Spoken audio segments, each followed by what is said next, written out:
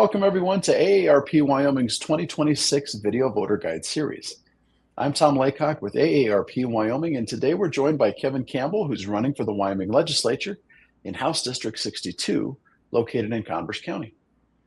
AARP has a proud 40-year history of nonpartisan voter engagement and does not endorse or oppose candidates, nor does AARP make political campaign contributions to candidates at any level. Instead, we ask questions so our members understand where the candidates sit on important issues and can make their own decisions on Election Day. Today, I'll ask Mr. Campbell 3 questions, allowing for a 1 minute and 30-second response to each. Then we'll give him 2 minutes to deliver his pitch to the voters of House District 62. So, Mr. Campbell, our first question is this. Recent AARP survey data suggests 80% of older adults wish to age in their homes and communities as they get older. If elected, what would you do to ensure older Wyoming residents can stay in their homes and communities as long as they want? Well, there's a couple different things that we could do on that, Tom. First of all, we could look into using the LT101 is the tool that they use. Let me back up a little bit. The Wyoming Department of Health has a couple of different services that provide in-home health services.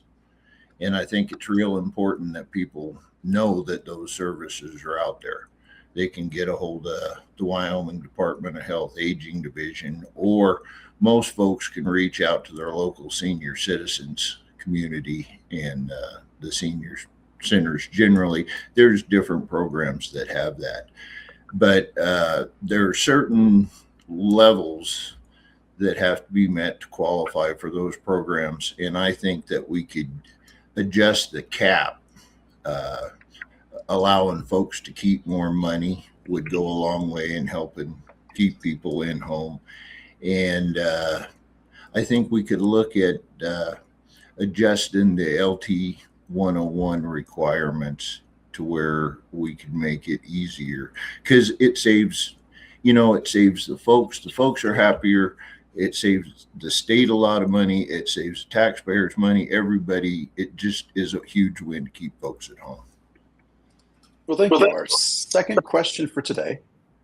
AARP Wyoming's 2023 Vital Voices Survey and our 2025 member survey show that our members are seeking candidates who will help protect them from fraud and scams. In recent years, we've seen scammers evolve to using crypto ATMs and deed fraud to separate Wyoming residents from their cash. How would you work to protect older adults from fraud and scams? I think accountability. Technology keeps changing so fast. I went back on the East Coast just a couple of weeks ago, and I was only over there for 31 hours. And I took my debit card and 2 credit cards with me. And I had 2 out of the 3 of those that had fraudulent charges on there from, I had very limited purchases while I was over there. So technology keeps changing. I'm not even sure how I got frauded, but I think folks should reach out to their financial institutes and know what their resources are. The facilities that I use here in Converse County, they were very good. As a matter of fact, they were the ones who reported the fraud to me, and we were able to review and get that taken care of. But as far as the fraudsters themselves, I don't know how we can catch them, but when we do, we need to hold them accountable to where we dissuade this. I wish I had a better answer, but that's just not my field. But man, it's a real issue we need to look into. Well, thank you. Our third and final question for today. We know Wyoming residents are concerned about rising property taxes. While property taxes can be burdensome for some, they also fund critical state and local services. These services include local transportation, home-delivered meals, home health services that keep older adults aging in place. If elected, how would you balance the need for relief with ensuring critical services are in place? Well, again, I'm finding that we need to have better communication with the agencies and with some of these providers to find out exactly what's going on. I was a huge proponent of the 25% property tax reduction. And I want to point out to your viewers that when we're talking 20%, 25% property tax reduction, that only applies, that's 25% of residential, primary. It has to be your primary home residential. It's not 25% of all property tax. So really there's 4 different categories. So you're looking at it's 1/16 of actual property taxes is what it affects. But it applies specifically, that 25% goes specifically to residential property tax, which I think is needed because the folks do better when they have that money in their own pocket. They can make their own decisions.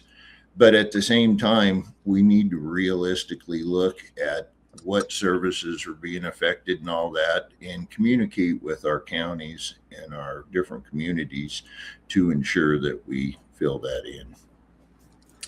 Well, thank you for taking the time to answer our questions. Now let's give you 2 minutes to explain why you think you're the best person to represent House District 62. Well, I've tried real hard. You know, I've got a voting record where I encourage everybody to go and look and see how I voted. One of the biggest things that I want to do, and why I'm really running again, is I believe that our Industrial Siting Act is broken, and there's a lot of large projects going on. I don't care if it's wind or solar or nuclear, data centers, but a lot of times the folks are not allowed the opportunity to participate in some of this in a timely fashion. And so that's something that I'm really big on. And I want people to understand this isn't necessarily, a lot of people get real adversarial, and this shouldn't be this way. This is our statutes are outdated. Our agencies are not given the tools that they really need. So I think it's important as a legislature that we go in and work together to find solutions for these problems.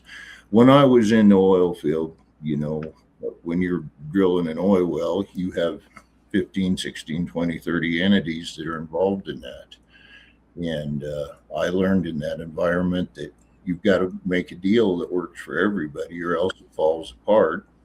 And that was the skill set that I thought would be the most beneficial for me down in Cheyenne. And, you know, I've gone down there and I've tried. I think I've been pretty effective, but that's really my biggest thing is I want to increase transparency for the folks. Keep Wyoming, Wyoming. Well, thank you very much, Mr. Campbell, for your time. And thank you to our viewers for joining us for this video voter guide. We encourage you to keep watching Cowboy State Daily and AARP Wyoming's Facebook page for more voter guides in the days to come.